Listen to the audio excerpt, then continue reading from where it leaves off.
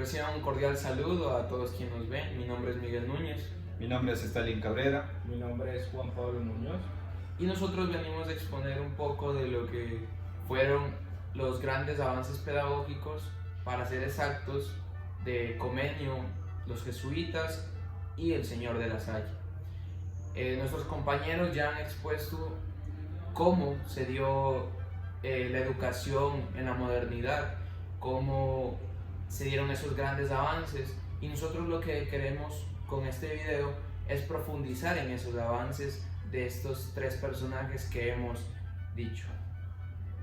Bueno, en primera instancia, tener en cuenta la metodología que se está utilizando en estas obras educativas desde el siglo XV hasta principios del siglo XVI, y pues reconocer también en sí qué papeles fundamentales estaban jugando y pues a qué vienen a interactuar en sí la pedagogía jesuita. Reconozcamos que en ese entonces, ese contexto se veía que el maestro era el centro de la enseñanza. Él era el que lo aportaba a sus estudiantes y se dirigía no en un diálogo permanente, sino en una imposición de conocimientos, donde el estudiante tenía que estar en silencio, quieto, y no podía ir nada en contra de lo que dijera el profesor. Se exigía también en este entonces la memorización, que era muy primordial para que en la evaluación que hacía el docente se calificara esta memorización, donde el estudiante tenía que recordar todo lo que había estudiado y todo lo que había escuchado al profesor. Por eso se dice que el enfoque psicológico de ese entonces era el conductismo, que se lleva a cabo pues por medio de esta memorización, más no del análisis que haya tenido a lo largo de las clases, ni de las percepciones que de pronto cada estudiante pudo tener, sino que era memorizar ese mismo ideal. Entonces, ¿qué vinieron a hacer los jesuitas? ¿Qué vinieron a reformar o a darle en sí cierta importancia en su forma de educar? Podemos decir que se basaba más en la competitividad, en que el estudiante era partícipe del diálogo permanente con el docente, que también pudiera tener la chance de aportar a esa educación, y por eso ya se dejaba a un lado más que todo la memorización y se pasaba a esa competitividad permanente con sus amigos y con el docente. También es muy importante en esta parte donde los jesuitas interactúan, que implantan en esa educación lo que es la enseñanza del arte y la teología. Y en medio de esto, pues se viene a dar al fin y al cabo en sus escuelas la enseñanza de la filosofía y de las ciencias exactas como las matemáticas. Lo que buscaban, y como el fin último pues de esta organización jesuita para la educación, era que los estudiantes salieran críticos y pudieran debatir la realidad y el contexto que estaban viviendo en ese entonces. De igual forma, al igual que los jesuitas, aparece un personaje muy conocido en ese tiempo, digamos así, que es Juan Amos Comenio, el cual es un filósofo, teólogo, donde fue nacido, donde ahora se encuentra la República Checa. Bien, en esta base, pues Juan Amos se centra en dar esa importancia a las mujeres. En ese tiempo Juan Amos dice que las mujeres pueden ser más capaces que los hombres, tanto en aprender como en enseñar. Así que también Juan Amos se caracteriza por dar esas señales o indicaciones de que todos los pobres, porque en ese tiempo sabemos bien que también influenciaba esto de la economía. Si tenías plata, pues tenías la mejor educación, y si no tenías, pues la educación no tenías económicamente bien, o no estabas bien económicamente, la educación tuya pues no era muy buena. En esa parte Juan Amos se dedica y comienza a decir que la economía no tiene que influir en esto, así es que comienza a decirles que no tienen que fijarse en ese sentido. Stalin, una cosa con eso y que de pronto se me olvida y se me escapaba, y creo que también hace cierta influencia en lo que acabas de decir, era que en este margen de los jesuitas también era muy importante cómo ellos influenciaban la parte de la familia en el aprendizaje de los niños. Entonces ahí asumir un papel de que sus padres también fueran educados y que también fueran guiados por este sistema de este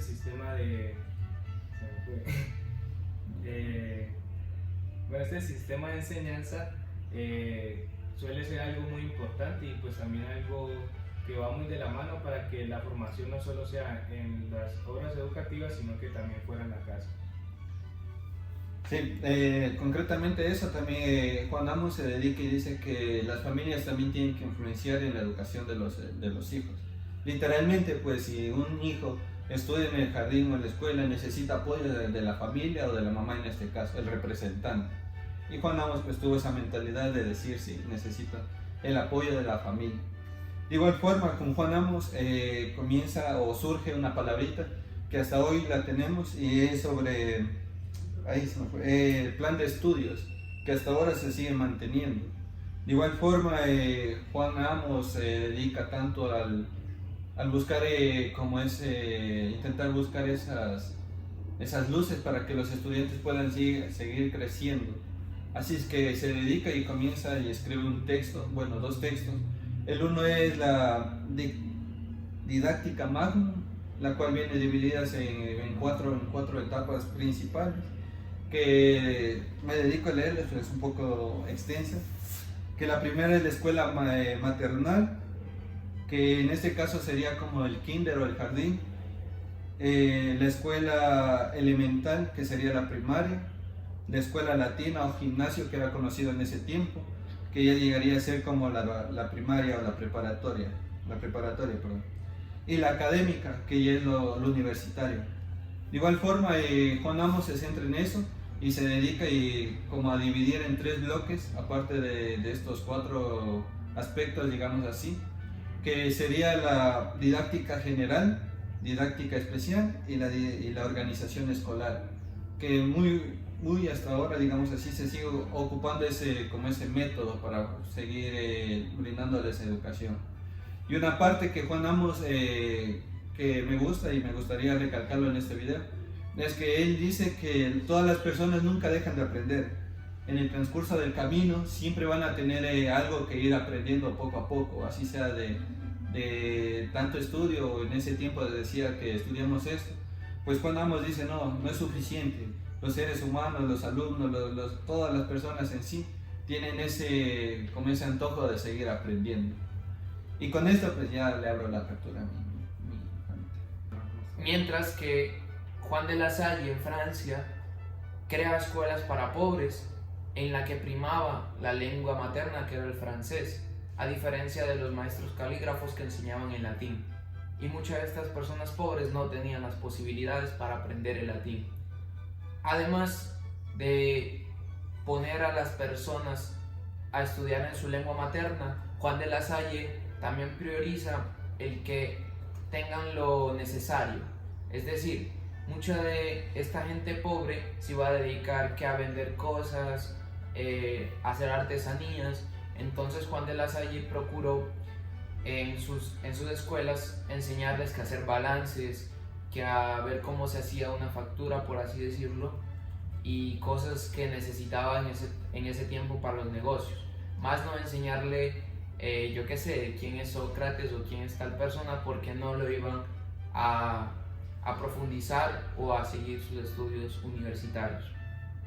Además, uno de los avances más grandes que Juan de La Salle lo explotó, porque ya gente anterior a él lo iba acomodando esas ideas, fue el colocar a las personas en grupo, el colocar a 20 o 15 estudiantes en un salón y a enseñarles una materia o lo que necesitaban, que era algo que no se daba. Los maestros calígrafos enseñaban de a uno en cada casa. Entonces, el hacer esta manera de enseñanza hizo que se pueda avanzar un poco más, al igual que él agrupaba de acorde a su nivel de escuela. Como ahorita lo hacemos por cursos, él lo hacía de acorde a las edades y cómo se sentían capaces de ir adquiriendo el conocimiento.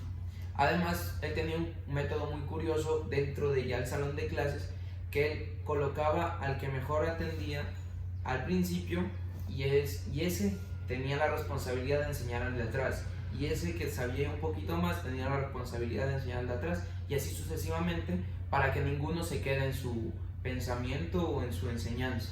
Entonces era una manera muy curiosa, y todo eso Juan de la Salle lo fue escribiendo a lo que hizo la guía de las escuelas cristianas, en la que comprende todo el paso a paso de cómo un maestro debe enseñar, desde que entra al salón de clases hasta que sale del salón de clases, y es más, hasta qué hacer cuando un padre necesita el acompañamiento o cómo hacerle recetar al padre tales cosas, porque sus padres no tenían la misma responsabilidad que tenemos hoy en día.